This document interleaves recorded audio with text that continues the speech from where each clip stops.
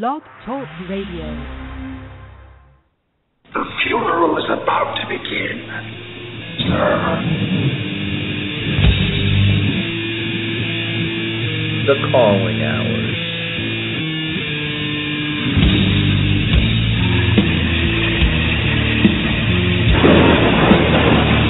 When there's no more room in hell, the dead will walk here.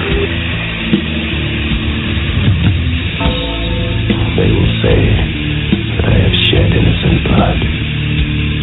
What's blood for, if not for shedding?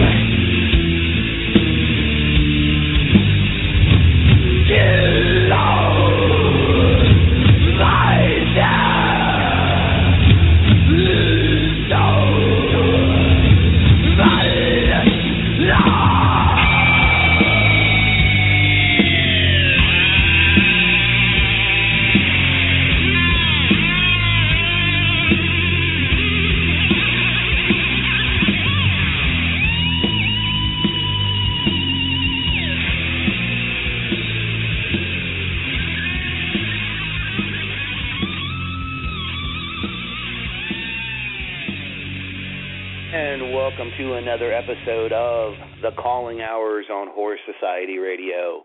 This is your host, the dead man, Michael Jones, of course, one of the writers over at Horror Society. Tonight we're going to have a really, really fun episode.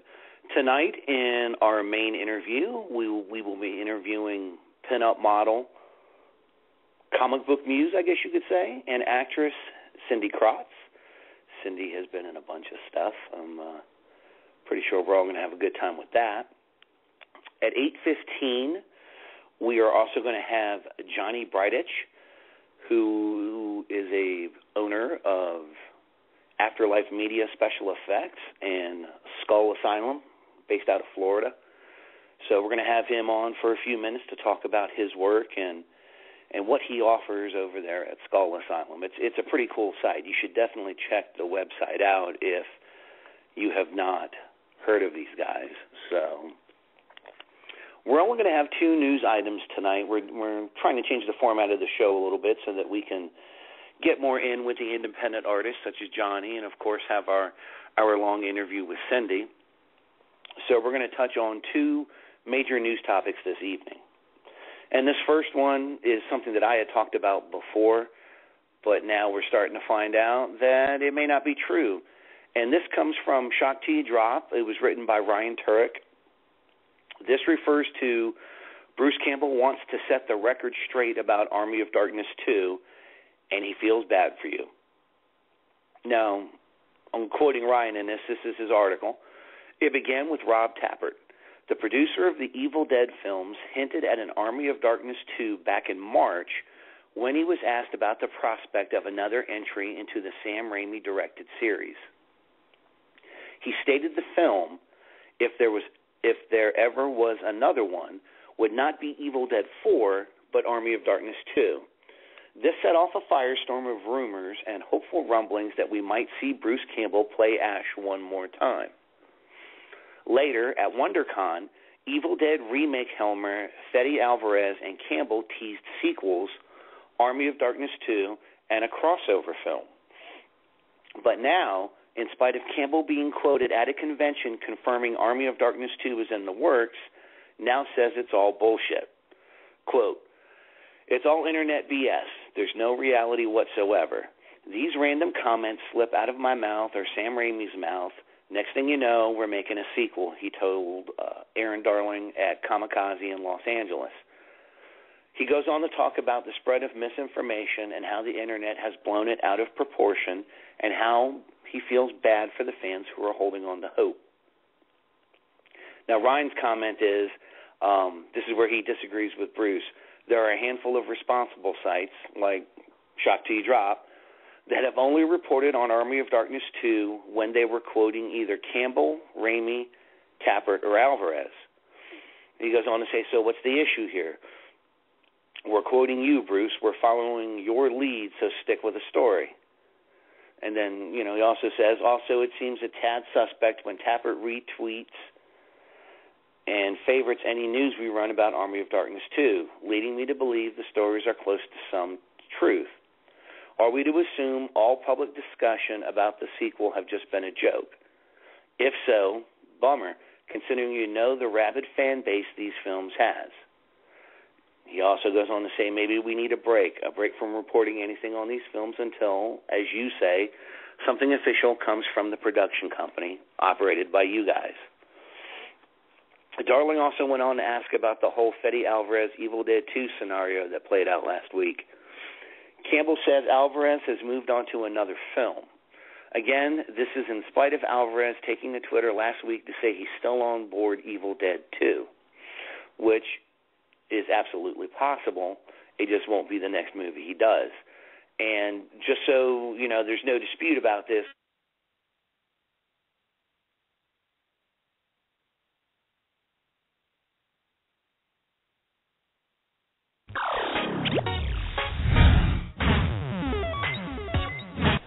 got some amazing news about Army of Darkness 2. It sounds like it's happening with all of this talk. Let me dispel that right now. It's all internet BS. There's no reality whatsoever. These random comments slip out of either my mouth or Sam Raimi's mouth. Next thing you know, we're making a sequel. So unless you have it's like announced from like Renaissance Pictures, it's not real. Or unless you have a start date. That up and running.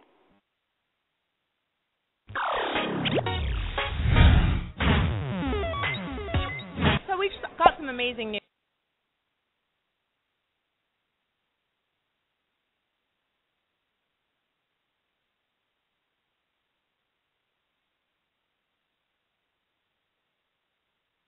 But I'm really hoping that something happens with it soon. And just to get it right, Aaron Darling was the one that picked up the comments, and I can't get the audio to work on that right now. So hopefully next week I can get an update on that. But it would be interesting to know what the fans think. We'll put something up on Horror Society about this so that people can discuss it. So we'll see what happens from there. And the other big bit of news, and I'm sure this probably comes as no surprise to anybody out there, you know, the last of the Saw movies was 3 years ago, and Paranormal Activity kind of filled in the lead there during Halloween time. But there was an exclusive on BloodyDisgusting.com, and Mr. Disgusting himself posted it. And we'll just quote Mr. Disgusting on this. Bloody Disgusting is exclusively saying that Lionsgate is actively developing the next Saw. Quote the article, "The game isn't over until Jigsaw says it's over." While there's nothing official on paper, nor a direction set in stone, Lionsgate is incredibly active in developing an eighth Saw based on the franchise created by James Wan and Lee Winnell, sources tell Bloody Disgusting exclusively. The last time we saw Jigsaw in action was in the 2010 Saw 3D.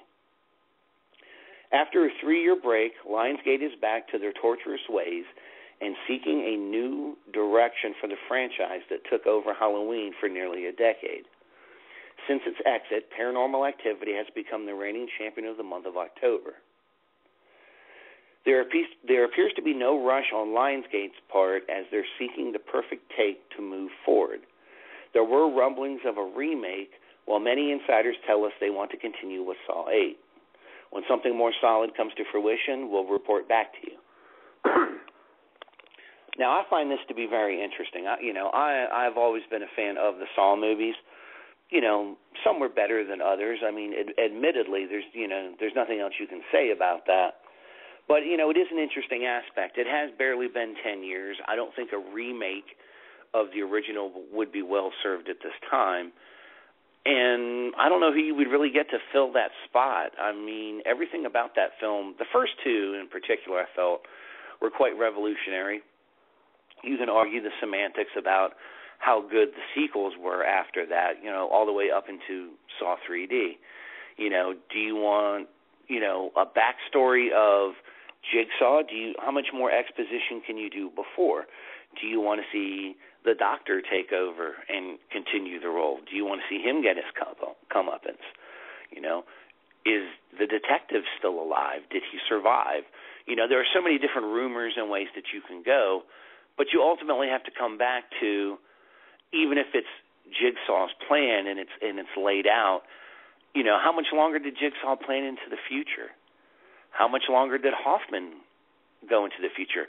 If you were Hoffman and lucky enough to escape, why would you come back for vengeance? You have your chance to go. You have your chance to run. Why go back to it? Why threaten everything that you've fought for or killed for to get to this point? So I don't know how it would go. I don't think a copycat killer would be too much fun.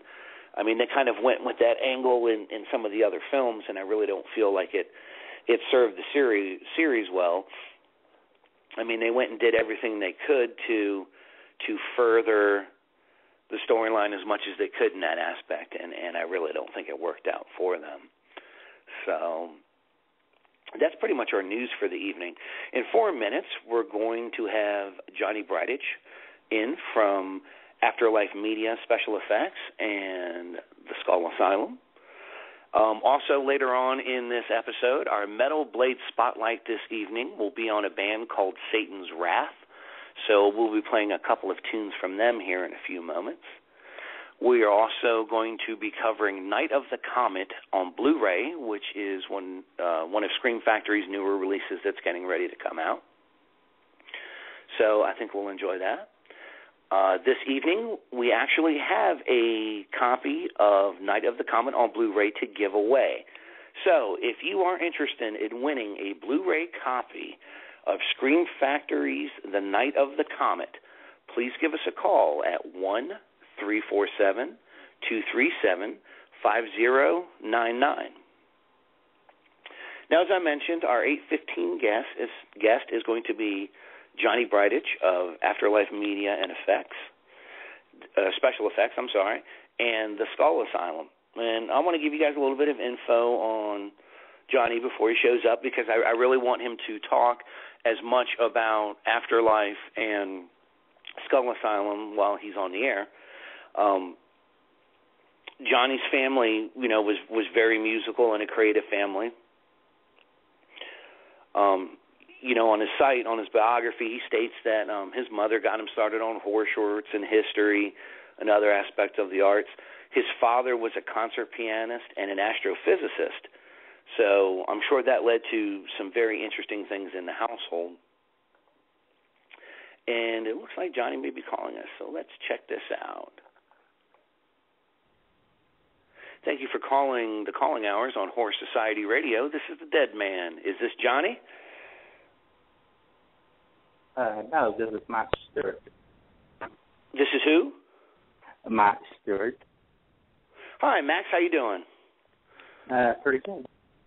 Good. Did you call in for the DVD this evening? Yes, I did. Okay, here's what you need to do. Email me your mailing address at www.deadman13@horsesociety.com, and I'll get that out in the mail to you. Okay. Thank you. All right. Thanks for listening. You have a great night. You too. Thank you. And we've had our winner this evening for the Blu-ray copy of Scream Factory's Night of the Comet. We should have Johnny on here in a few moments. But like I was saying, Johnny's dad was a concert pianist and an astrophysicist, so I'm sure that led to a lot of interesting things in the family, especially growing up. He also goes on to state that the Giovannis played all over the world, playing with the likes of, rubbing elbows with the likes of Marilyn Monroe and Frank Sinatra. Johnny studied jazz, fusion guitar, and became an advanced player in both. He also did Renaissance dancing with his mother, and his father's group was playing music, or he was writing imaginative stories. He was a creative guy all the way around. And now I think he is on the line. Horror Society Radio, this is the Dead Man. Is this Johnny? Hello? Well, I don't know if that's Johnny or not. I don't hear him. Johnny, if you're there, please give us a call back. We are waiting to hear from you. As a teenager, Johnny met up with Emilio Renoir. He would go on to be one of Johnny's lifelong friends and a creative associate. They started getting into the special effects world and reached a point where they could reproduce just about anything that they saw.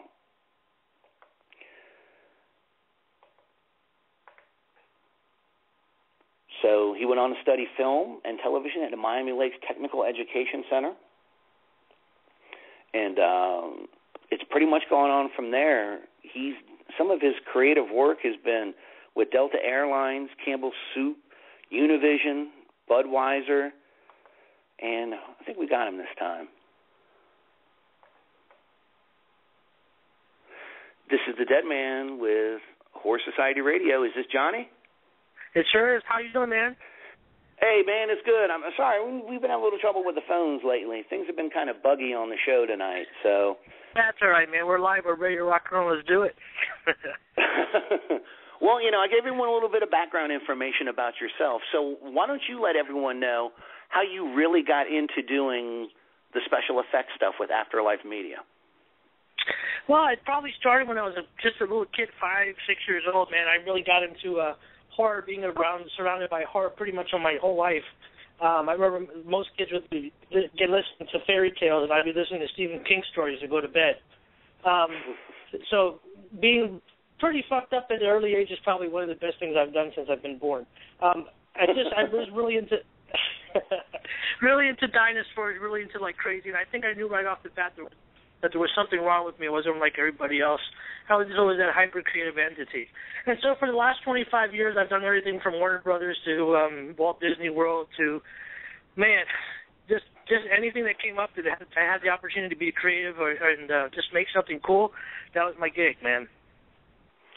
Well, kind of, like I've seen your work. Obviously, I did a small interview with you a couple months back, and highlighted Skull Asylum and all of that, and of course Afterlife Media. But can give people an idea of like the gruesomeness. I mean, if people could just see the pictures of some of your work, I think as a fellow effects artist, I find it amazing.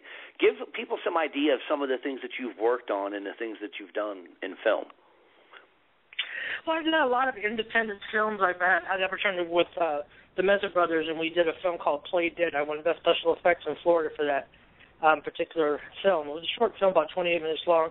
And I was pretty much the guy through the years that has done, like I say, just about everything from theme parks to, creature animations and the whole 9 yards. And, of course, unfortunately, in some independent films, the funding runs out and a lot of your work isn't able to be seen, et cetera. But I think as an independent artist for the last couple of years, I had an investor, and I went ahead and went out and, like on Twitter, I'm known as shock artist. A lot of my art is very offensive and shocking, and it's always nice to do an art show and somebody walks up to you and doesn't know who I am by any means and will insult my artwork and be like, oh my God, this is so dark, he's going to hell. And I usually agree with them,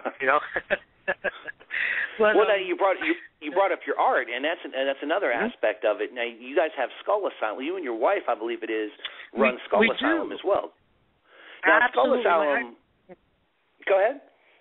No, go ahead, man. I'm all ears. I was going to say, please tell everyone a little bit about Skull Asylum, because you talked about your artwork, but some of the amazing purses and jewelry boxes and the things that you guys make. Awesome, man. Well, a couple of years back, I met the love of my life, and I'm just basically a soulmate. We sat on the sofa one night, was staring at each other, and we're thinking, what can we do? We're both horror-oriented. My wife completely supports what I do, and she's quite the makeup artist herself. And we just went balls to the wall. We're just staring at each other one night. We're like, what can we do to have something that's original? And I said, what about making skull purses, like out of skulls? And she's like, baby, we could call it Skull Asylum. And there it was. So we went on to, we make the custom skull purses, everything from steampunk to zombie to horror to basically, and just pretty much anybody can fathom, we'll sculpt it out, make it for you. And then we also have an entire line of a clothing horror line. And this year coming is here in January. We'll be taking on anybody that's very talented, gifted in the world of making skulls, etc. And we'll be having little awards for our fellow artists to integrate just new talents, man. We're looking to grow bigger and better. You know, we've got people like Inkshop taking a look at us and just different factions. And, you know, little by little, I thought it's good to see the hard genres exploding like as it is. Oh, for sure, for sure. Now, speaking of some of the purses and stuff, like the ones that I've noticed, the steampunk one I thought was really cool, the vampire one, but then you have the werewolf. Now, out of all of the ones that you've made, which one actually took the longest from mold to finish? I mean, it had to be the werewolf, wasn't it? Well, yeah, absolutely. And the thing is with Skull Asylum, 99% of the stuff that we make are custom-made pieces. So, for instance, anybody would, like, say, for instance, I want a steampunk Frankenstein. We're going to go out and sculpt it. We're gonna go find the parts. We're going to give the person renderings. And really, at the end of the day, it's a one-of-a-kind item. It's not a cookie-cutter scenario where you go to, like, a Hot Topic or something. Everybody and their mother has the same thing. I mean, it's pretty much just something that's specifically designed and made and fabricated for you. Like, for instance, we did a zombie one, and it had a complete silicone skin, and it was pretty cool. It was actually hurt me to get rid of it, but whatever. Well, now, give people an idea of some of the projects that you have coming up, both for Skull Asylum and with Afterlife Media. Well, I've had the opportunity to affiliate myself with 3 or 4 really very, very talented artists. And I think in the next couple of months, actually in the beginning of the year, there's going to be a new affiliation with, just like I say, a bunch of gifted artists. And Afterlife Media is going to go to a completely different level with these guys. I've got a guy, Mark Anginola, and R.J. Runas, and I got another guy, Ken Hancock, and we're going to hit the balls to the wall, man. We're going to hit the industry, and man, we're excited, dude. Honestly, we got some really crazy silicone guys and just amazing sculptors, and you know, when everything gets said and done, we'll compete with the big boys. I'm ready for it. I hear it. Now, if you had one dream project to work on as an effects artist, what would that project be? That project, and not because it's my own, but I got a script called Godlike, and I think that it would make Saul look like Barney. It's pretty intense. It's very religiously offensive, etc. So I'm always, presently I'm getting a trailer together, a cruise, etc. And we're going to go out there and we're going to go for funding on this film, Godlike. But this is basically really something I don't think anybody's seen yet. I think I should send you the contact info from my boy Stephen Biro at Unearthed Films down that way. If you and Stephen aren't friends, the two of you need to get together and start talking. Right on. I see some Sounds evil good, man. stuff coming out from you guys. Terrible. Well, before I let you go, yeah, right. Before I let you go, give everyone where they can contact you at, both for Afterlife and for Skull Asylum. Sure. Actually, you can contact us directly through our pages at www.afterlifemediaspecialeffectsstudio.com and also at www.skullasylum.com. This drop and go to our contact pages, and our guys, everybody in our factions, we take a look at that every single day. So if there's anything you need made, or you got questions, or you got a film and you need effects, hit us up. Excellent. Well, Johnny, I want to thank you guys for coming on. Again, I had Johnny Bridich from Afterlife Media and Special Effects, also Skull Asylum. I'll get something new up on Horror Society so people can go to your page again and see what's going on. And I'd love to have you on longer another time for more of a feature-length interview, if that's all right with you. That sounds awesome, man. I appreciate the time. Thank you very much. No problem, man. We'll talk to you soon. Take care, brother. Take care. You too. And ladies and gentlemen, once again, that was Johnny Bridich of Afterlife Media and Special Effects, also Skull Asylum, kind of an alternative clothing and accessories store. You should really check this guy out. He's got his finger on the pulse of what's going on in horror. So before we get to our interview with Cindy Kratz coming up here in about 6 minutes, we are going to turn our spotlight onto a Metal Blade band. Tonight's band is Satan's Wrath. The name of the CD is Aeons of Satan's Reign, and the name of the song is Archfiend.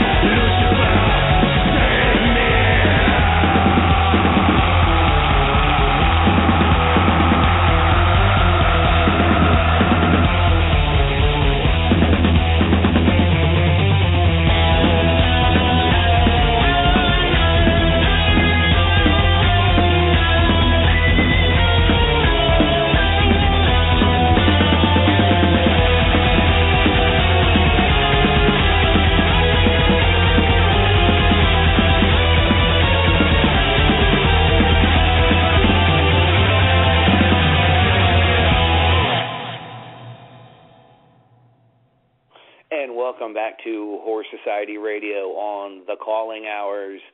That was Satan's Wrath. The name of the CD was Aeons of Satan's Reign, and the song was Archfiend.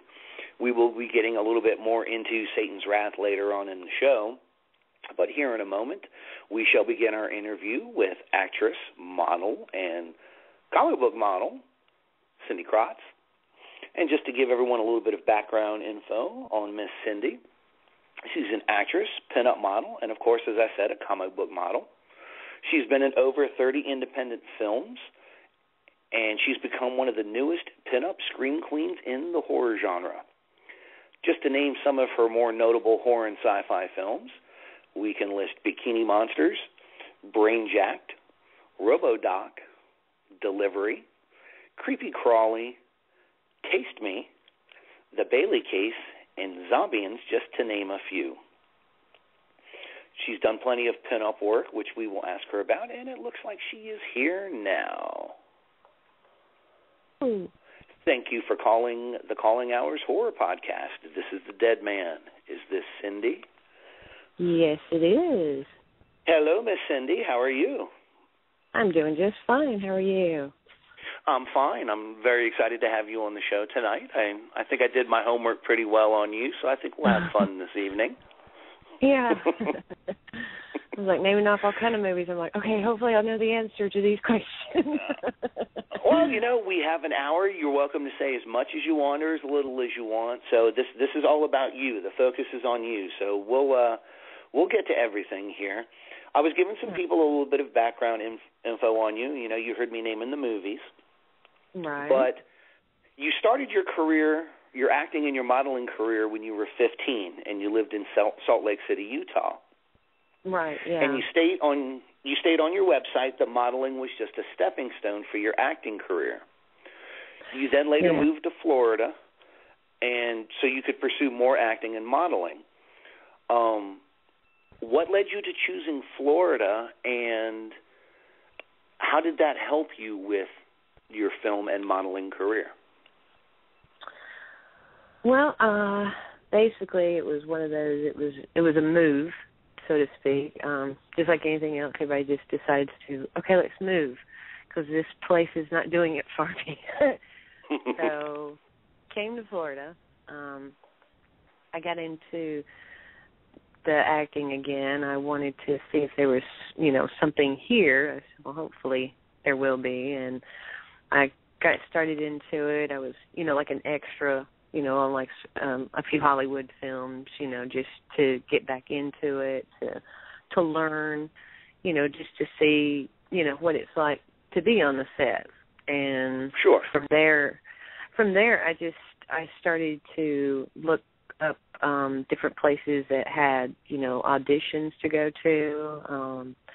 I basically went all in, I went to everything. I tried theater, I tried dance, I tried all kinds of stuff. I just kind of jumped in with all four, so to speak. And it's funny, I fell down quite a few times, but I got back up, figured out, okay, that's not for me, that's not for me. Yeah, that's definitely not for me. And then I said, you know what, I'm just going to stick with the acting. Trying to do everything is just not going to work out for me. So I said, let me stick with one and get really good at that instead of trying to dabble in everything. So I kind of stuck with the acting. Well, now going from that, though, aside from your acting, you're also a pinup model. Now, you were chosen to be one of the top 12 girls for the Ybor Pinup calendar in 2011. You were featured in the first issue of Pinup America magazine in January of 2011. You've modeled for comics through Comic Book Divas, in particular a comic series called Gingerstein, Rise of the Undead. And that, according to my information, that debuted in April, May of 2011. My question with all that is can you tell us a bit how modeling is the same and different for you as opposed to working in film? And when you get a request to model, what do you look for in the project? Well, to let you know, on the two well, I guess it was like everything except for the modeling stuff. I did a little bit with comic book deals, didn't do a whole lot, and the comic book itself, the Ginger Stein Rose the Undead, that's through Iron Dead Studios, which is Dennis Willman, and the other person that is also involved in that is Bobby Ray Akers Jr. They both do that comic. They have, they wrote it, they designed it, so it's their baby. So when you give credit to who it belongs to, such as the modeling stuff, basically I decided to do like anyone else. What the heck? Okay, since I can't be a runway model, let's try to see if I can do some modeling. And I decided on pinup. I just kind of threw some pictures up online one time, just playing around, and I had a really great response. And from there, I decided, what the heck? I saw a contest. I said, okay. I turned in, got pictures made. Then they put all the girls. It was chosen to, like, people vote.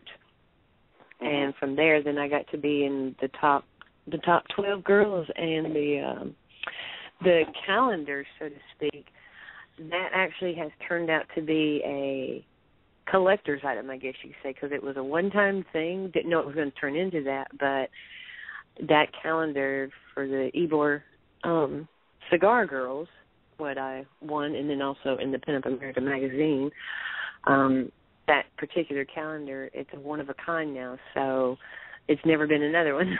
So I'm like, tell everybody, I'm like, that's a one-of-a-kind, so if you want one, this is the only way to get it, is, what I have.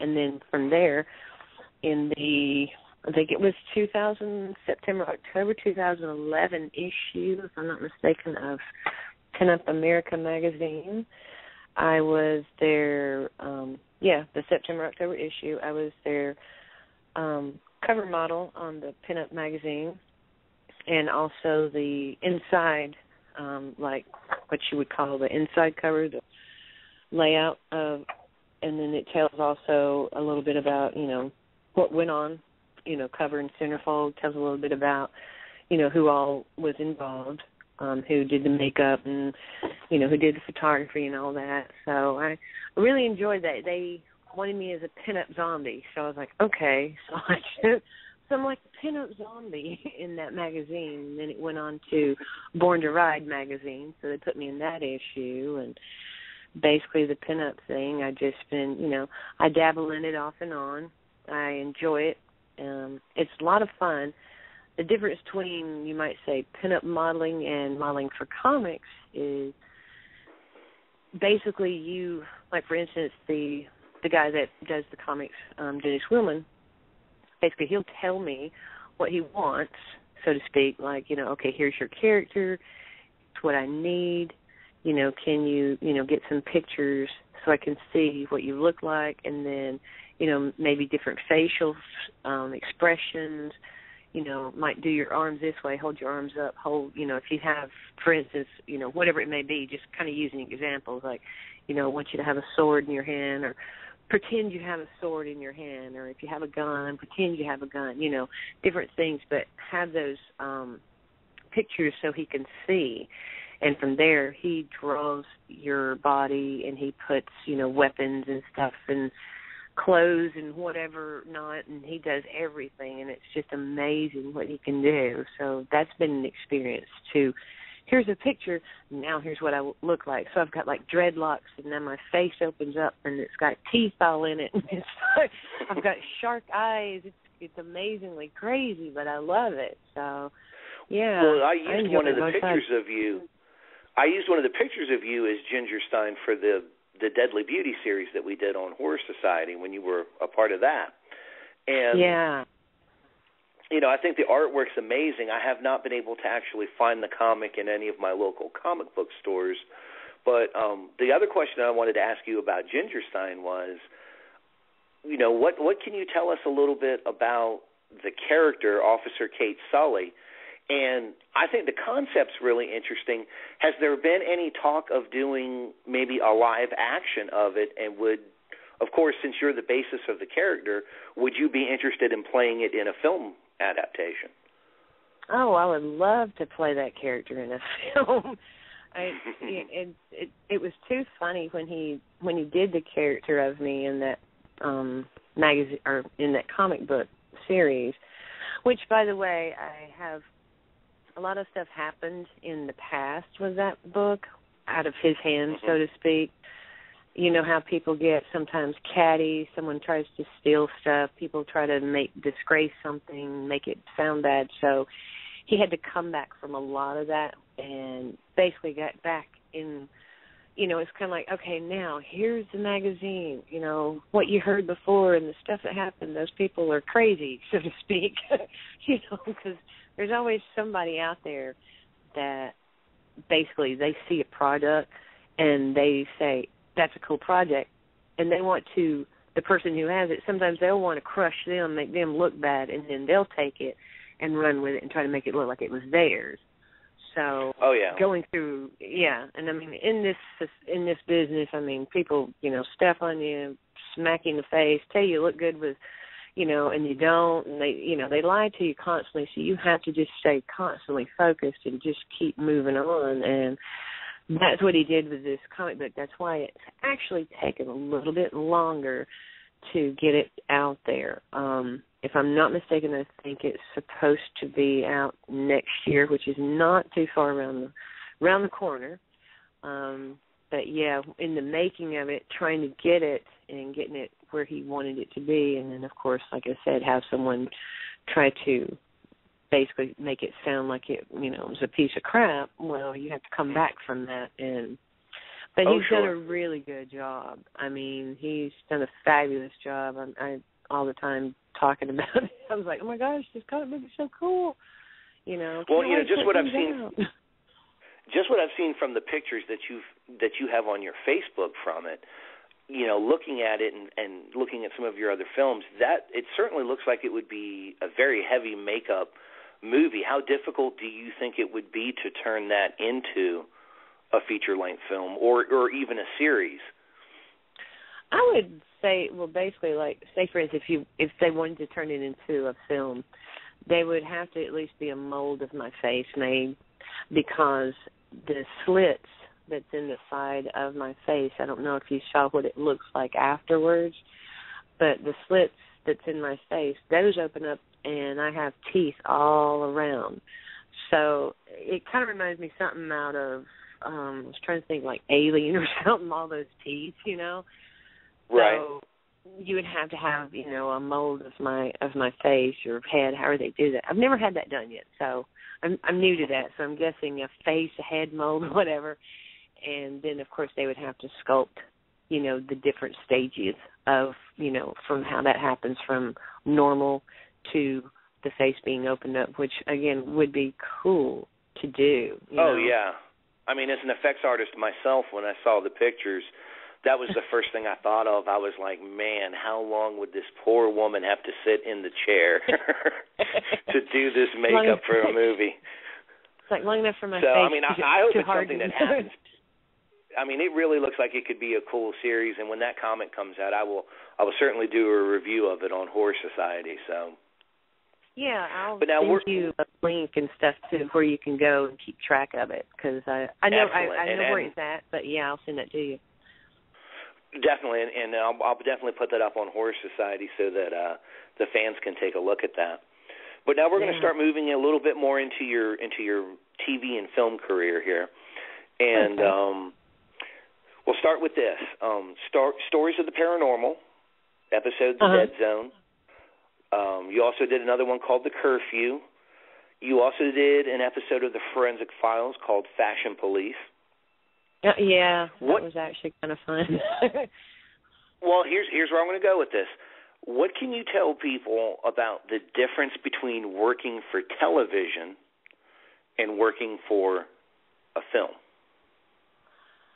The difference with television and film is basically it's like Hollywood and independent.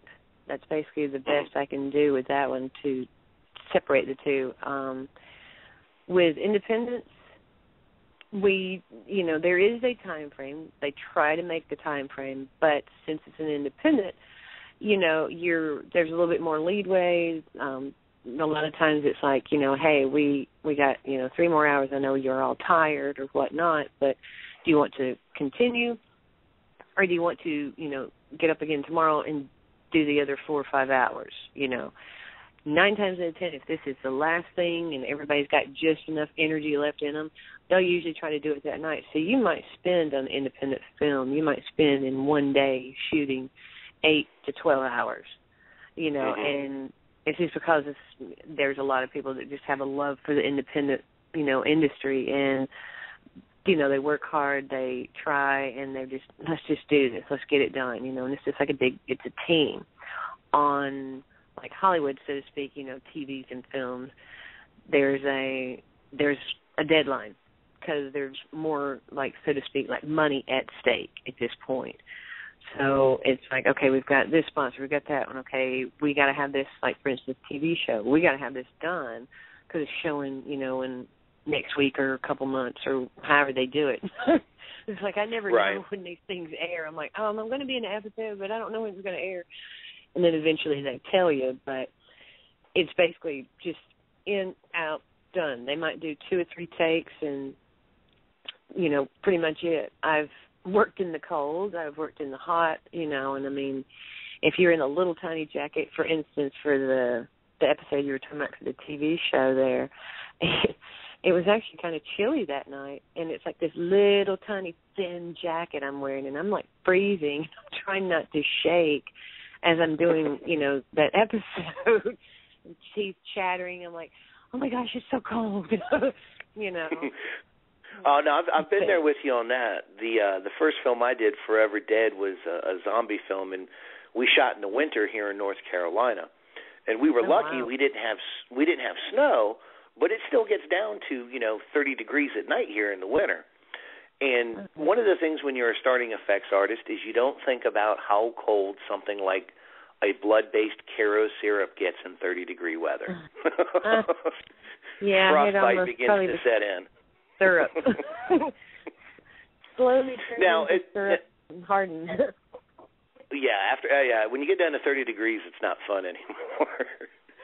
But now, to continue the comparison between TV and film, how does that change your preparation for learning your lines and things like that?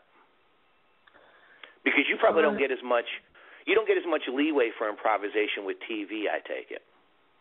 Yeah, it's funny. It's almost like they're really not much of jokesters, so to speak, Right. So when you're on film, I mean, if you make a joke or you screw up a line or something, I mean, nobody wants it to continuously happen, but just like a normal, regular day on a set, it's like an independent film, you can make a mistake, and sometimes you not even knowing what you did, and you just go, oh, my God.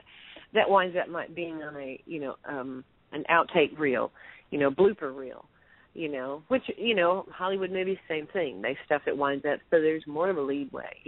People are just a little more lenient. They're more open, still have a time frame.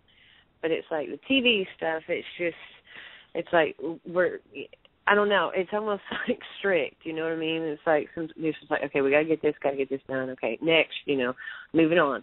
And, there's no time for play, so to speak. Sure. So it's like it's more professional. It's not trying to say that, films aren't professional, but it's almost like, okay, here's the strict mom, and here's the mom that's a little more lenient, So it's like when you go here, you just do your job, don't, But both are still fun to be a part of, I mean, they're all an experience. Well, see, now I've never done any TV work. I can only speak from the film end. But in your opinion, do you prefer working on TV or film more? Well, because I've been more into films, I'm going to say film. And basically because, of all the fun that I've had working on films. I mean, I've been in a few TV shows. But, again, like I said, we've had fun on some of those as well.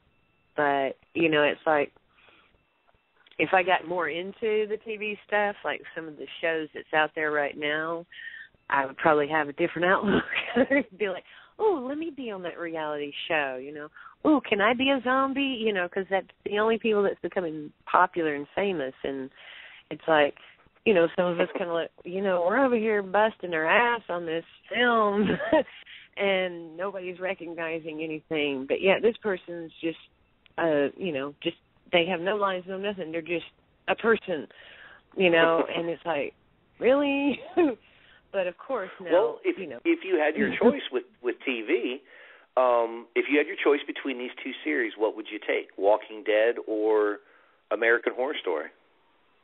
Oh, I'd have to go with American Horror Story. Love the actresses that's on that. I mean, my God. I guess it's because there's so many zombies out there, and granted, it's, you know, zombified. But the cast, the main cast that's on American Horror Story, I would, oh my gosh, it's one of those things that would be just, would make my year to be on. Even if all I got was like 2 words to say in that show for a first time, be like, oh my God, did you know I got to work with those 3 awesome ladies, you know? So yeah, that would be awesome. If the producers of American Horror Story are listening, you need to hire Cindy Kratz right here. Now we're going to start talking about some of your films here, and we all know how IMDb is sometimes with dates and sometimes putting projects on people's pages that aren't there.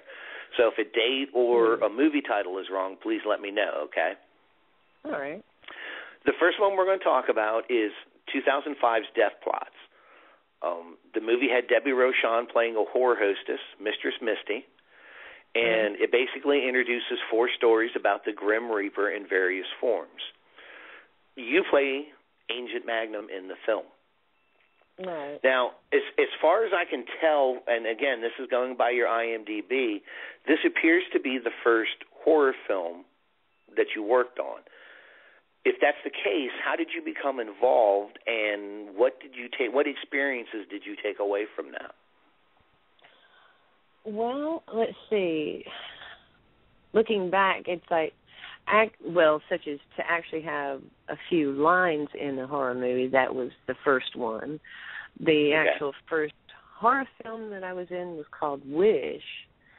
That is, I didn't have any lines in that one. It was just kind of a quick little thing. It was short, but that was a little bit of a horror story there. But like I said, Death Plots, that came along. I got, you know, a few lines. The director, Jason LaCourie, he wanted to work with me. I wanted to work with him. And so it was kind of like one of those things everybody said, well, you know, it's kind of like, well, try a person out, you know, see what they do. And, you know, it was kind of fun. It was my first time being on a kind of like a horror film set, and got to have a gun. And, you know, it was just kind of fun, you know, because me and the guy that I was playing right opposite with, we were, you know, our scene was we were playing cards and just kind of waiting on something to happen. And then all of a sudden this guy from nowhere came in and zapped us. I think it was like a laser gun or something. But, yeah, it's like Jason LaCourie, that one was 3 or 4 different stories, and I was in Death Plots of that one. And funny thing, I actually finally, after all this time, got to meet Debbie Rochon at Fatality Fest this year in June in West Palm Beach. And she is such a sweetheart. So it's like finally, after I think it was 2 or 3 movies I've been in that she has been in, I've never met the lady, and I saw her and I was like, oh my gosh, so nice to finally meet someone that I've been in films with that never I've met yet. Well, that was going to be my next question did you meet Debbie on set and what was she like? But obviously you didn't. Now, when you talked to her and you met her this past time, though, did you guys talk about the previous films that you had worked on together? We kind of basically just did the little, you know, laugh out about being in these films, and she was in them, I was in them, and then never seeing her, you know, because it was just too funny. I said, oh, by the way, I said, here are the 3 films that you're in that I'm in. I said, would you be so kind as to another actress, would you sign these for me? She said, of course. She said, wow, that is so funny. And we just started talking about the films that we were in, and just funny how we never got to see each other. And, I've had that happen with, like, one other person as well, maybe two, but one other person, it's just too funny. It's like eventually either if you see them all the time, you finally get to meet them and then become friends with them. But if they live out of state, you can, you just keep in contact with them through, one of the social media sites. Yeah. But yeah, she's very nice. She's sweet, so down to earth. So, but you never know. Hopefully, one day I'll actually get to work with her in the same film together. In the same scene somewhere, yeah. Yeah, it would be cool. The next film I wanted to ask you about, you played the role of the film producer in 2006 Delivery. As I know now, it was not your second horror film, but I'm guessing it was your second horror film with a little bit more of a speaking role. How did the experience on that set differ from Death Plots? And on that one, you got to work with Tara Cardinal, correct? I actually, again, another one of those, I didn't get to work with her. She's just in the film. That particular part, and this is funny, Delivery is another horror film that's, a lot of people really liked, enjoyed. I actually have that one on order as we speak. Yeah, it's one of those you're like, wow, kind of thing. And my scene in that, I had no lines in this film, which when I was on set doing, they just said, just ad lib, just say some stuff, and we'll have the guy yelling at you. They said you're playing a film position, so we'll have the guy yelling at you, and like what you doing, whatever. He's just ad lib. I was like, okay. So I ad libbed, and then they said, okay, let's do it with just some, just your reaction. Don't say anything. I just want to see your reaction to what he says to you, because he's yelling at everybody. I was like, okay. So we did like 2 or 3, shoots of that, and then, all done. You go home, boom, next thing you know, film's done, it's being played. And I missed the first premiere of it, but I got my film, and I from that point I've like seen it so many times. But when the premiere, I was late because I was coming from another shoot, so I was hoping I could make it, but I made it right when it was about to end, and I got to see everybody afterwards. And the first thing people came out and started saying to me was like, great film, I hate you missed it, and I said, yeah, I was on another film. And then the next thing you know, it's like great facial expressions, that's all I kept hearing. Great facial. I said, is that all I did in this movie? Just facial expressions? And I'm like, well, obviously I did really good with the facial expressions, and I've not heard enough about it. Oh yeah, great facial expressions. I'm like, wow, okay. Well, the funny thing about short-lived. I know how you feel about that, because I've played more than my fair share of zombies, so of course it's facial expression. But last week I had Barbie Wilde, Nicholas Vince, and Simon Bamford on, who were 3 of the 4 Cenobites in Clive Barker's Hellraiser 2.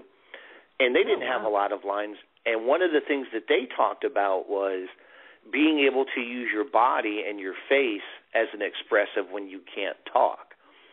Now, of course, as an actress, you want to have lines. Everyone wants to have lines if you're going to be on film.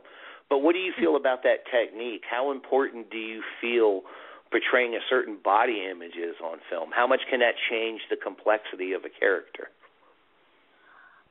It's like I was just thinking about this the other day, and it's like when you facial expressions, body movements, a lot of times that might be all a person needs to do in a particular scene. They could have, say, for instance, they could have lines later on or may not have any lines.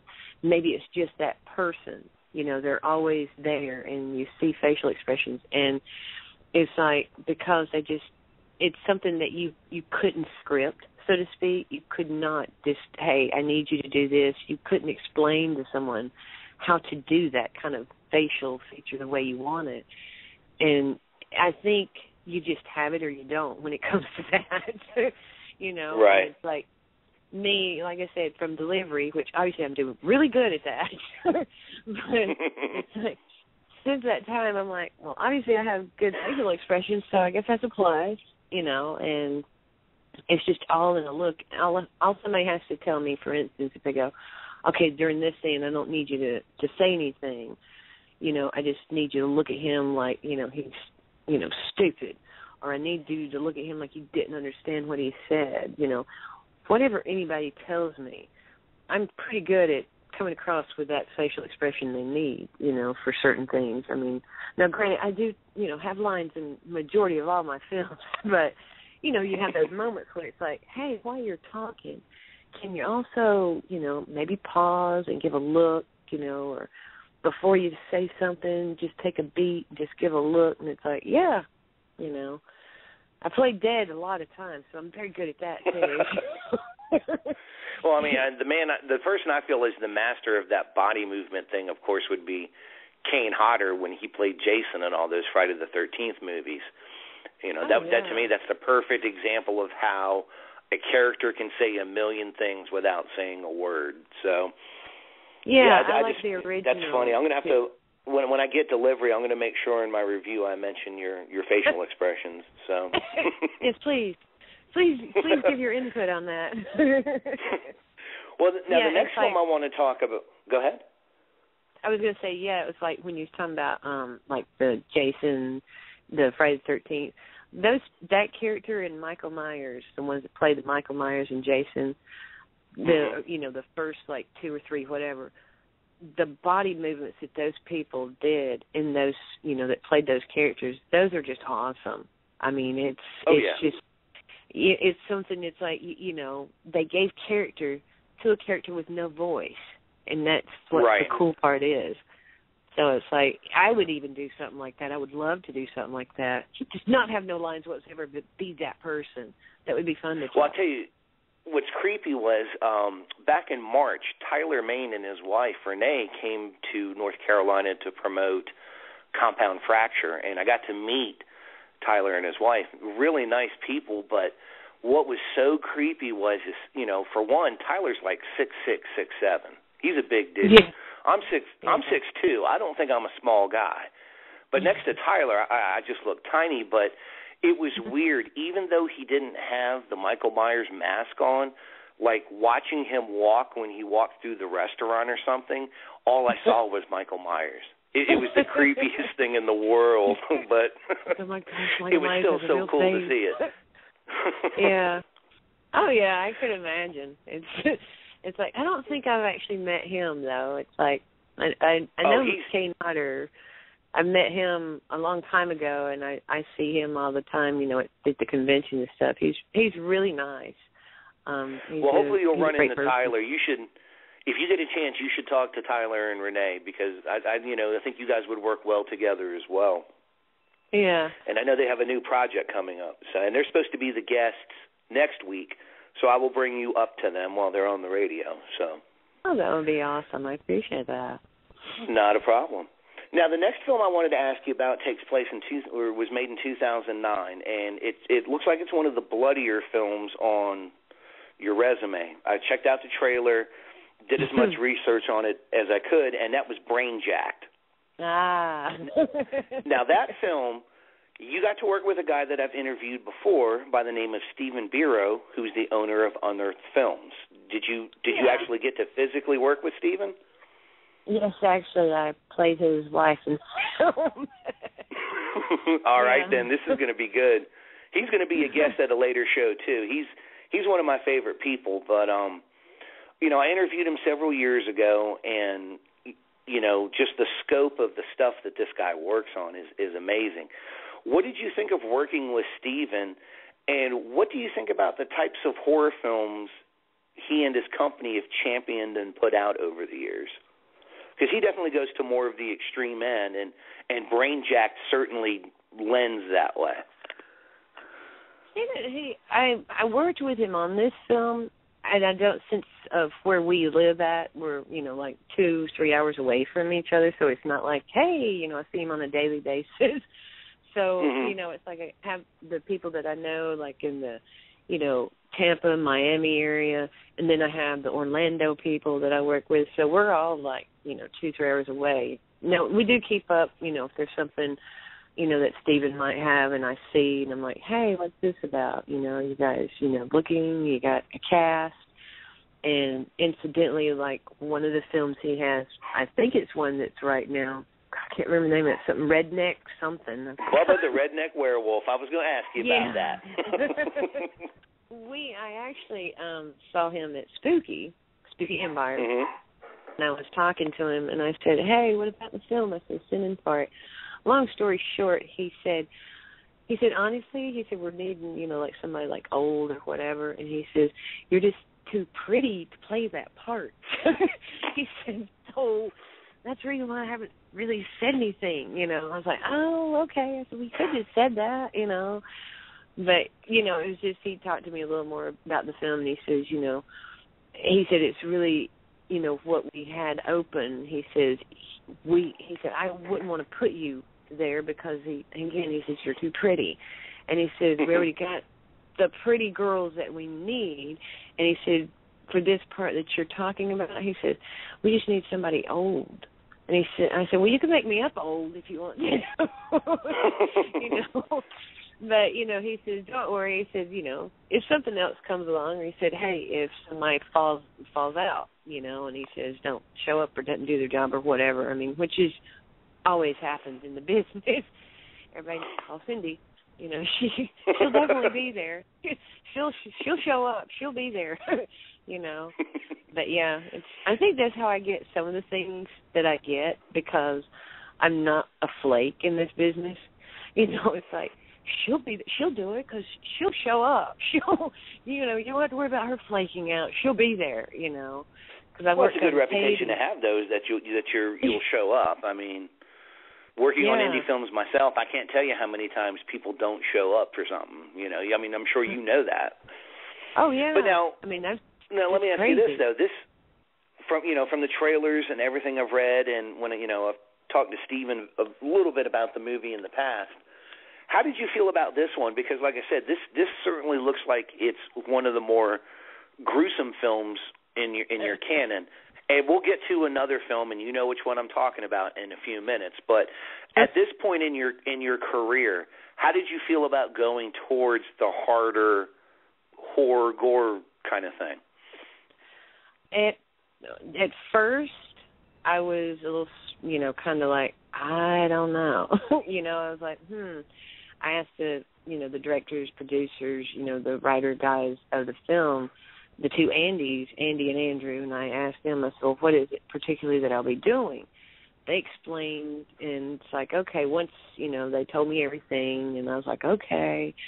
And it's like, here's the script, and I'm like, okay, and it's kind of one of those things, and, it's like, how much does it pay again? And because the scene that I had to play, and I was kind of it was kind of hit at the right time in my career, so to speak, of being in. I wanted to kind of do like Halle Berry did. After you've been in so many films for so long, okay, now it's time to take that plunge, because you have enough, credibility. You have enough of stuff that you've done that people don't know you just for that girl, so to speak, for they're a dime a dozen, We can get anybody to do that. But I was like, I want to take that step.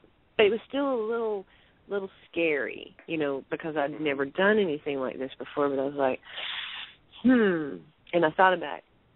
And then I called them back and I said, okay, I'll do it, And they said, great, okay, told me everything. So I get down there. And when I get down there, it's like, it's done changed to what it was going to be doing. But it's funny, though. It wasn't nothing bad, but it was funny how it changed. And what I learned by being on set, and it was like, we'll give you a little for instance, because I'm sure by now everybody's seen this movie, but still not to give anything away. But, like, for instance, something I still crack a joke about to this day. When we're on the set, here we are, and I'm with this guy. Now, of course, Steven plays my husband. Have you seen Brainjack, by the way? No, it's another one that's on my order list. Okay. Like I said, I've talked to Steven extensively about it, and I've seen the trailers and stuff. So. Okay. Well, in this particular scene, basically, you know, what's going on, and when we're doing rehearsal, it's like, okay, this is all I'm listening to, and being a new person in this position, never being in a position like this before, and doing this particular thing in a film, you're like, okay, okay. So it's like, okay, well, you know, first off, it's one of those scenes. So it's like, okay, the thing is like, okay, we'll get on top and let's see if we can see the shorts, talking about the guy. So it's like, okay, we can see the shorts. You know, they said just, you know, kind of move around so we can see what it's going to look like, you know. So they're, you know, trying to get everything focused before we start filming, you know, just getting set up. So, okay, we're going to have to take the shorts off. So it's like, try the towel. Then he said, okay, take the towel off. Let's see if the shorts, you know, work. And he said it. And it's like, okay, let's see if that works. And I'm sitting here, and he goes, and then all of a sudden the guy in the back, he's like, you know, if the shorts don't work, we'll just go to sock. And I'm like, what? What do you mean? What? I'm sorry. What is that? You know? And then when they told me, I was like, oh my God, let's try to make sure the shorts work. You know, let's took the towel away. So I was like so nervous, so scared. I was like, oh my God. So it did actually work with the guy wearing shorts, but you know, it just freaked me out when I heard sock. I'm like, what is sock? So if I ever hear that on set, I know what that means now. That's just funny as hell. But yeah, it's like, but from that particular scene that I'm in, it's funny. It's like all I remember to this day is action and cut. That's all I remember. I don't even know what Steven said in his piece in that part of the film. I have no idea what he said. Well, now when I have Steven on the show, I am definitely bringing up the sock thing.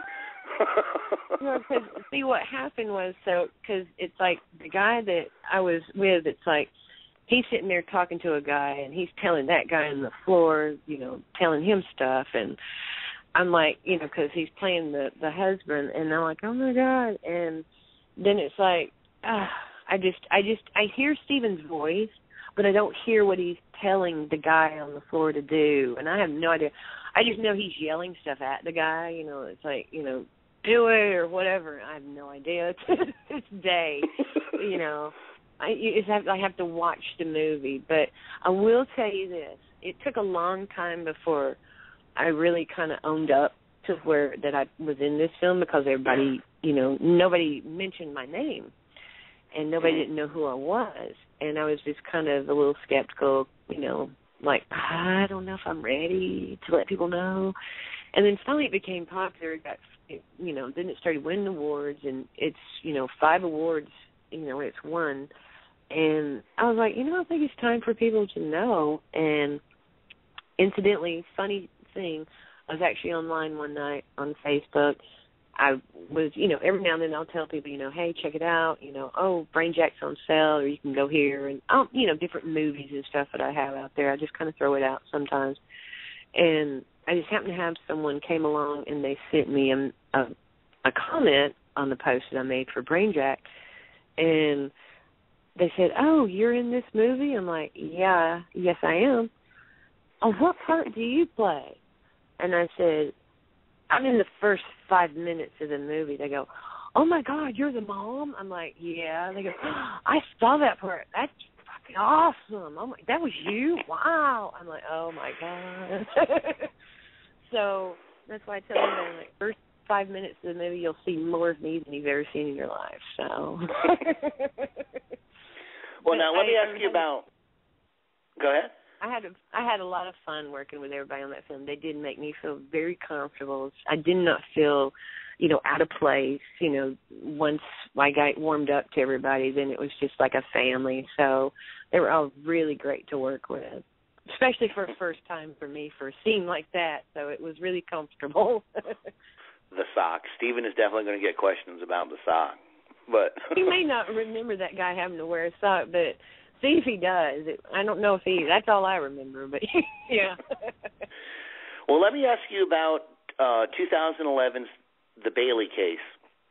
And it's, you know, it's based off of kind of like a hit paranormal show. Mm-hmm. Now, looking back on that film now, what do you think sets this film apart? Because it basically is a found footage film. What are your thoughts on the whole paranormal craze sweeping TV these days, and how did you get involved with this one? Personally, on the phase that everybody's going through with these found footage films, at first it was kind of cool, and then it was okay enough. You know, it's just like now they're running it in the ground. Let's pick something new. Right. The Bailey case, actually, that was, well, I played, of course, Christina Bailey, the woman of the house. The way this movie is it's a contest.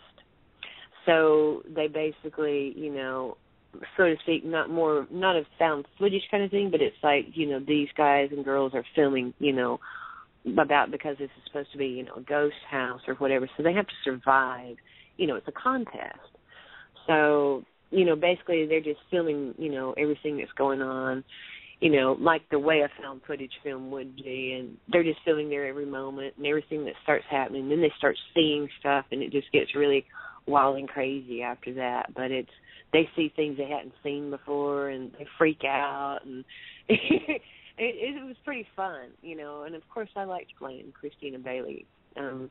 There's actually a trilogy going on with this right now, which is kind of funny. So it's like me being, I've had some people, well, some of the younger ones, you know, that was on the set with me.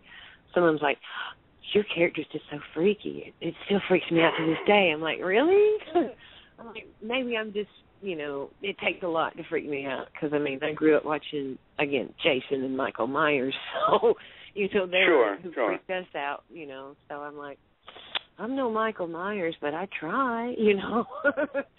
I'm like, I'm a ghost. Well, now, since you had talked about, you know, Brainjacked and how at first you were a little hesitant with that film, so I certainly have to ask you about this one, American Holocaust. Oh, now, wow. This film has received a lot of press, both negative and positive, for its graphic content. Oh, yeah. How would you compare your experience on this as opposed to Brainjacked, and how do you think this film stands up to some of the harder horror films out there right now? What drew you to this? I got drawn to this, and basically I was asked to be a part of the film mainly from when I worked on Taste Me, which is one of the same directors. And I said, sure. He told me about the story. He told me what it was about, and he says, would this be something you'd be interested in? He said, I know it's a little out there, but he said it's based on true events. He gave me, you know, some feedback on it. He gave me some places to go to read about these particular people and to see if this was something. And then, of course, he told me, you know, what it would pertain, what would be in the film and how it would be done. And I was like, huh.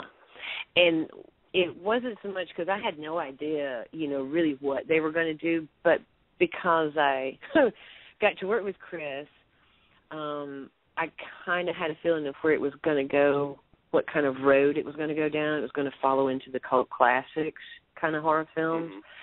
And I knew this is another different direction. So now, of being in the business for so long and have dabbled in just about everything now, you know, of different horror genres, I was like, yeah, I would love to do this. And then when I read the history on these people, I was really into it then. I was like, oh, my God, these people are sick. Yeah, I would love to be in this film. You know, I was like, these are sick, twisted people. Oh, I so want to play that character. Yes, I'm in, you know. So it was kind of wild. And the character I play, Rose Mashburn, which, of course, is the wife of Michael Mashburn, who is one of the main characters in the film as well. And my part in the film is nothing like the character I played in Brainjack, of course, but it has a different style to it. It was, you know, you had to be just as messed up in the head as they were. So that was, you know, it was kind of like, oh, I still want to play that character, you know. I want to be just deranged as everybody else. You know, it's like, yeah, please. And it was just. So, what do you think about fun. What do you think about the media coverage the film has gotten so far? We've had positive and negative. For the horror cult classics, I think it's a pretty damn killer film. I mean, it's one of those things. It's like, yeah, it's notorious, and anybody that watches it or wants to watch it, I'm like, please don't let your children see this at all. You know, like, it's not for kids. Trust me. You know, it's either going to freak them out, damage their brain, or they're just going to be scared for life. I have no idea. But you know, it might even do that with some of the adults. I have no idea, but yeah, I am very happy to have been involved in it, and I'm very honored that it's the press that it has got.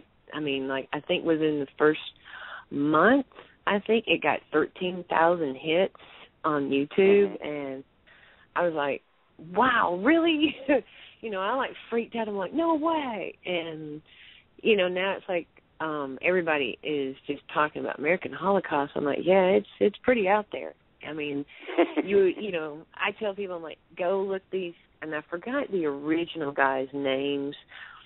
I think the guy is NG, that's his initials, but I think that's how you say it. NG is one of the guys, and the other guy, that the original, that the one that played Michael Mashburn, whatever that original name is in real life, I can't remember. But that guy, again, when I did my research and looked at it, that guy, he was basically like notorious. It's like, well, you know, they'll never take me, and if they do, you know, I'll die first before it happens. And he did.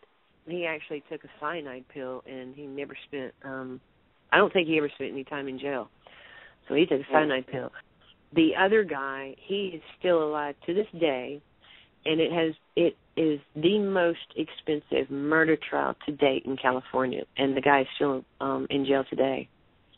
And the wife has immunity, so I'm good, you know. No, you'll be there for the sequel. Yeah, I'll be there for the sequel. But yeah, the wife in real life, she has immunity, so that's why I was like, yeah, this is kind of a cool story, you know. And like I said, there's, you know, it's based on true events. It's not a true story, meaning everything you see is 100% what happened. It's just based on true events, what they could and what is actually allowed out on the internet, you know, they still have out there. And, you know, you go by that, and then you just kind of use your imagination at point. But I wouldn't say that, you know, it wouldn't be too far from what these guys did, because, you know, they did. They found bones and stuff of children and adults and different things. So, you know, they just went by what their research they did and put a movie together based on the stuff they found that was true and went with it. Of course, you know, again, you're going to... Some embellishment. Yeah, I mean, you're going to put some stuff in there. You go, it could have happened, it could have not. But, I mean, these two guys were, you know, weirdos, psychos. So, I mean, you know, expect the unexpected when watching this film. I would say don't eat while watching this film. Oh, see, to me now I gotta eat while I watch it. You done messed it up now. Well, yeah, we're nice getting into plate of spaghetti. Oh yeah.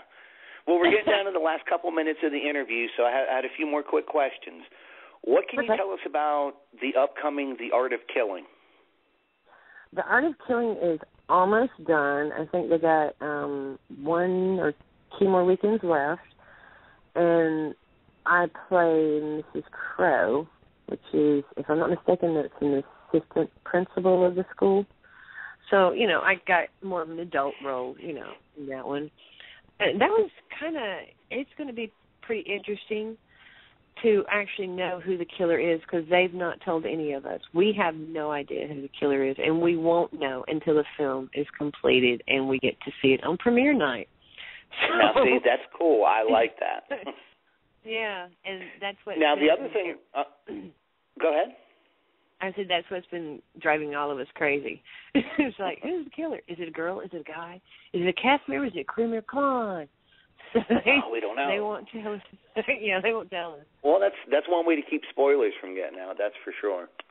Oh yeah, definitely. Now the other thing I wanted to ask you about, you are the writer, director, and producer of your own Grindhouse feature film called Hell's Little Angels, and you're going to star in that as well. Tell us a little bit about that. That, I actually, to be honest, I started back on 2011. That's when I wrote it. And I think around early that year, or maybe middle part of that year, I started a Indiegogo page. And I wanted to, because everybody's like, well, get a, Indiegogo page, get going on that, and that'll help out with some, funds. I was like, okay. Again, being new at all this, never been on this side of the camera before, but, I was like, okay. Tried that. We only got enough to actually do a trailer, which was fun. So we got a trailer, put it out, and everybody loves the trailer. Everybody loves the, artwork or poster. Those who have read the script that's involved in the film. There's been very few outside that's not involved at all with the film that wanted to read it. I have a select few of people because I'm first timer. I'm really like, this is my baby. Nothing's going to happen to it. And I've had a select few read it, and they've really enjoyed it. I've not had anyone to date say anything, like, well, it's okay, it's not, it could. I've not had anybody do that yet, so it's made me feel really good as a first-timer that I actually have something. But now it's just the point of getting the money, the funds together, and it's not like it's a, $1 million film. I don't need that. I just, it's just you need the money just so you can feed people so they won't pass out and die on your film set and then turn into a real true horror film, And then, also, it's like, is she dead? Yeah, film it. Don't tell nobody, I've been on sets like that. We'll just call the police later. Wow, that looks so real. I know, right? We did good, When so are you looking maybe 2014, maybe 2015?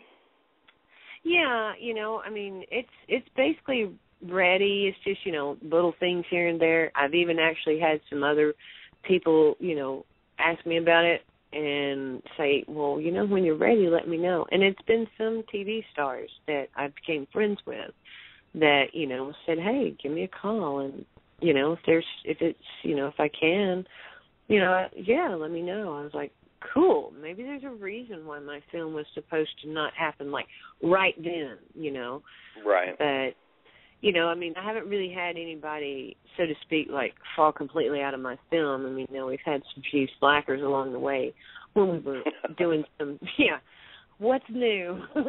We had a few slackers along the way that, when we did start to film some of the pieces of the film itself, because I'm like, well, I can do this because it doesn't follow in sequence with the film. So we did some flashback scenes, some action scenes, and then we did the intro to the film, which, by the way, the intro to the film is completed. It did get to screen at the Halloween Horror Picture Show this year, so that was the first audience that's got to see anything of my film. So, nice. It's kind of like, I was kind of like, wow, cool, just to see reactions of people like, that's my work up there, and that's my words that's coming out. I was like, cool. Well, I can't wait to see it personally, so. Well, let me ask you this. We're almost at the end here. Tell us a little bit real quick about your Cindyland blog. Oh, my Cindyland blog. I started it about 2-3 years ago, and I basically did it because of a lot of the social media sites. You can't, get in every word and things that you want. So I said, heck with it. I'm going to do a blog, and now I can post up everything that I want, so it's all about me. And then I decided, you know what, let me see if others would be interested in, like maybe taking part in showing their independent stuff, whether it be a radio show, magazine, their film or shorts, or their director or producer, or, they write books or they do artwork, whatever it is, as long as they're an independent person, I'll post up what they have, and nice. I started doing that. So, and it's like I have my Friday rant and raves, and then I have my Saturday free-for-all, where basically that's what it is, the free-for-all. If you send me your stuff like you want it, have out there for people to know about, then I'll post it up. But, again, I'm not going to do the research for you people, and I'm not going to write it for you. This is your project or your thing. So, basically it's just like, tell me what you want people to know, and then I post it up and tell people about it. But, yeah, I enjoyed the Cindyland blog. Well, start sending me the links to your blogs, and we'll put it up on Horror Society. Okay, that'd be cool. Yeah, there's I've looked through your blog. I enjoyed it. I enjoy your website as well. I think they're both very well put together. But we're right here at the end, so let me give my Cindy fun fact of the day, and I think this is a fun fact. Here it is. You are an alumni walker for the Walk for Diabetes, and you have done so for over 10 years. How'd you get into that? My mom, she was diabetic, and I happened to see an ad come across the TV. I forgot which news channel. I think it's Channel 2. And I said, I want to do this. And, it's kind of one of those things. I want to do it. I searched, and I found it. And then I just started walking for diabetes. And, now she passed away in 2011, I think it was, 2010, 2011. I think it was 2010. Sorry. I know that sounds awful. I can't even remember when, but I don't want to remember when she died. You know what I mean? Exactly. It's like, I know. But it's a great cause, and I'm glad to see you're doing something, for that. It's nice to see people, especially in the horror genre. We're not all ogres. It's nice to see that a lot of us give back too. So. Oh yeah. Well, if I had the money, I'd give back to so many people, but I'm the one that needs to have money. Give me money. Well, before we go, why don't you tell everyone where they can find you on Facebook, on the Internet, Twitter, anything like that? Oh, goodness. Do I know all those links? You know what's the best way to find me is if you go to any search engine, you type my name in. I've been in this business so long, my name will just pop right up. So if you that is true. The first time I started doing the other day when I started doing research, I was like, oh my God, where do I start? Well, one of the sites that I would recommend though, your official website, CindyKrotz.com, right? Correct. Definitely go there. She has her whole filmography. There's a bio. You can look at all the appearance work that she's done, trailers for her films. Just everything that you could want.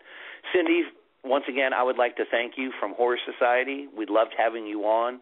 We'll love to have you on in the future. If you ever have any future projects that you need anything distributed on the net, whatever, please let us know, and we'll take care of you on that.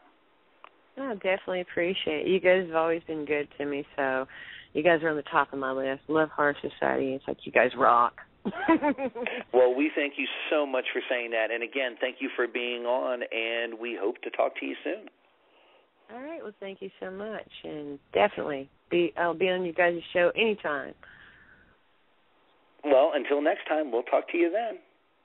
All right. Thank you. Thank you so much. All right. Bye-bye. And once again, that was actress and model Cindy Krotz. Make sure to check out her website and her Facebook. She has a lot of exciting and fun projects going on. And now we're going to get to the second half of our Metal Blade Spotlight for the night. Once again, the name of the band is Satan's Wrath. The name of the CD is Aeons of Satan's Reign. And the name of the song is Ecstasies of Sorcery.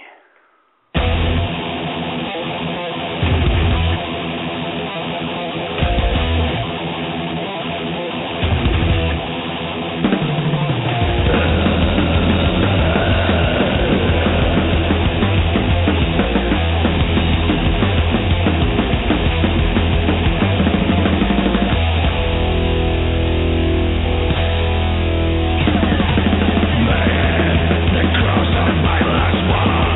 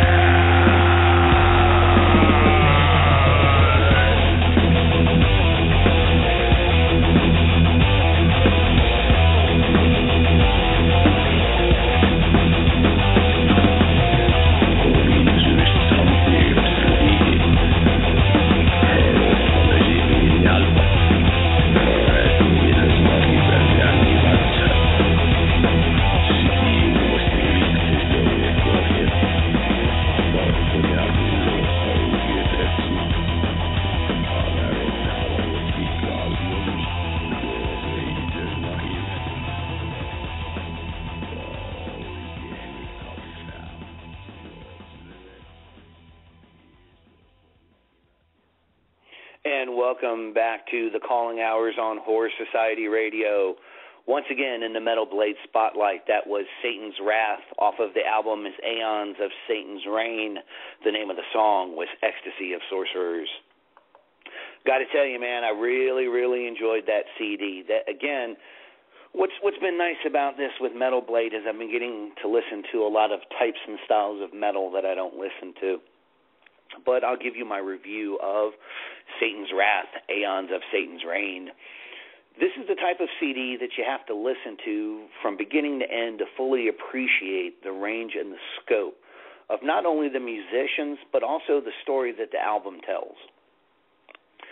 When you first start listening to the album, in the beginning, one would mistakenly assume that this was more of a power opera metal style with lyrics delving deeply into satanic storytelling.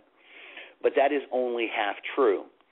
The first two tracks, entitled Only Satan is Lord and Die, White Witch, Die, while a bit slower and on the more melodic in nature, only set you up for the raw power and aggression that follows. In particular, Archfiend, Satan's Blood, Lucifer's Fire, and Lives of the Necromancers bring in heavier elements of the guitar work that Stamkos K, V, and Costa are, just jamming away on, and then you have the rapidly controlled drum beats of Nathan Perrier. Taz, and I can't even begin to pronounce this guy's last name, black and thrash genres were all considered one and the same, and only leather, spikes, and bullets were real. Hey, I have to concur. I heard elements of Venom, King Diamond, Obituary, who is the lead-in for our show here, and even some early Cannibal Corpse. Hell, if you listen to it, you can it's almost like you hear Remy and Motorhead in one of the songs. It's really amazing to me. But if you're looking to expand your metal boundaries a little bit and listen to something blasphemous, then this is the album for you. These guys just don't pull any punches. I found it to be an extremely highly enjoyable album. I recommend it. I just wouldn't go and play it outside of your church. They probably wouldn't like that too much. But on a scale of 1 to 10, this is certainly an 8 out of 10 skulls. So pick this up. You can certainly get it on iTunes. You can get it from Metal Blade. Again, well worth checking out. The picture art on the disc is really cool too. So make sure to check out Satan's Wrath, Aeons of Satan's Reign, available through Metal Blade Records. And thank you again, Metal Blade, for allowing us to play some tracks from them. At the end of the show, we will put the focus on next week's Metal Blade Spotlight. And when we get to that, we'll get to that. But to close the show, we've already done our DVD giveaway tonight for Scream Factory's Night of the Comet. And gosh, I couldn't tell you the last time I saw this, I believe was when it played at the Carolina Theater not that long ago in Durham, North Carolina. Absolutely, a fun film. Takes me back to my childhood, for sure. We're talking about 1984. I was 8 years old when this movie, came out. And definitely a fun movie, a different twist on zombies and outer space. So, just to give you the premise, Night of the Living Dead meets Valley Girl in this entertaining, tongue-in-cheek pastiche of numerous science fiction films. And that's a quote from Variety. It's the first comet to buzz the planet in 65 million years, and everyone seems to be celebrating its imminent arrival. Everyone, that is, except Renee Belmont, who's played by Catherine Mary Stewart, who was in The Last Starfighter, and her younger sister Samantha, Kelly Maroney, from Chopping Mall, one of my favorite films from the 80s. Two Valley girls who care about more about fashion trends than the celestial phenomenon. But upon daybreak, when the girls discover that they're the only residents of Los Angeles whom the comet hasn't vaporized or turned into a zombie, they do what all good Valley girls do. They go shopping.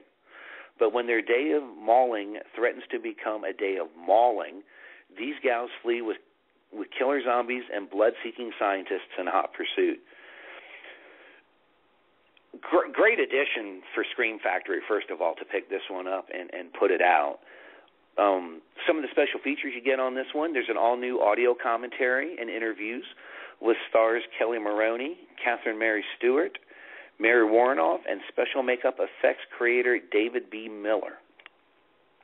In the interviews, they're very complimentary towards the film, and the two girls talk about, just like we talked about with Cindy this evening, the differences between working on film, because they did a lot of television and soap opera work, as to, working on, feature film.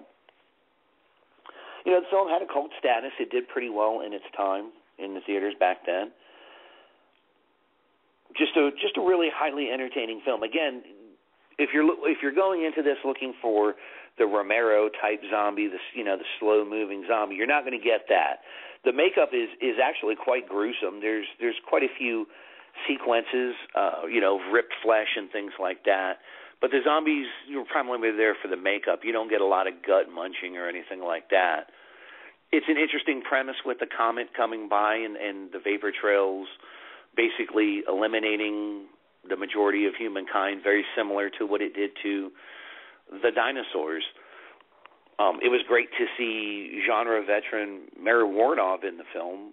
Anytime you can see her in something, it's certainly worth checking out. What's nice about the collector's package is you have, of course, the original artwork, and then you have the Scream Factory commissioned artwork, which, is always nice. They do a fantastic job with these. I actually prefer the new cover art as opposed to the original, but it is flippable for those of you that are more of a purist and want the original artwork on the front end of your DVDs. Now, we can sit here all day and talk about, how did the color look? How was the sound? What did Scream Factory do to these? Well, Scream Factory does what Scream Factory always does. This is definitely a superior copy of the film. There's no reason, in my opinion, for you to have any other edition of this film other than this. If you're a DVD collector, of course, it would make sense to have older previous copies, but not all of us are into that. You can order this directly, of course, from their website. You can also get it, I believe it's also available for download on iTunes as well. But again, a well-rounded movie, definitely a highly entertaining movie from 1984. When you think about other films that were out during that time, you had your Indiana Joneses, Nightmare on Elm Street, things like that. But, again, with Christmas coming up, horror movie fans, completists, things like that, this is definitely high on your priority list. So I think we've had a pretty good show this evening. We had on Cindy Kratz, of course, actress, model, comic book muse, like we said. We talked about Ginger Stein and several of her other movies. In our indie spotlight tonight, we had Johnny Bridich in, who is from Afterlife Media and the Skull Asylum. Definitely go and check them out.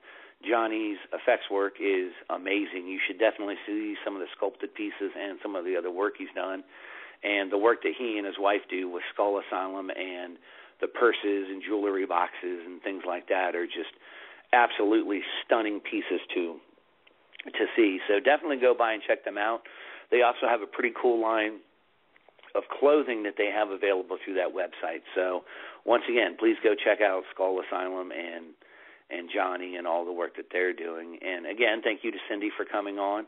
I thought she was a fantastic interview. We covered a lot of ground, covered a lot of things in her film canon. So definitely check out Cindy Kratz and Johnny Bridich.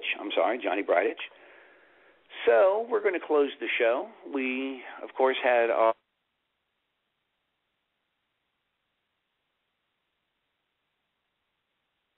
Now, before we close out for the evening, we have the second half, or the second band, that takes place in our Metal Blade Spotlight this evening. To close the show out, we are going to be listening to a band called Pentagram Chile. The Malefice, the name of the song is Spontaneous Combustion. And until next week, ladies and gentlemen, rest in peace.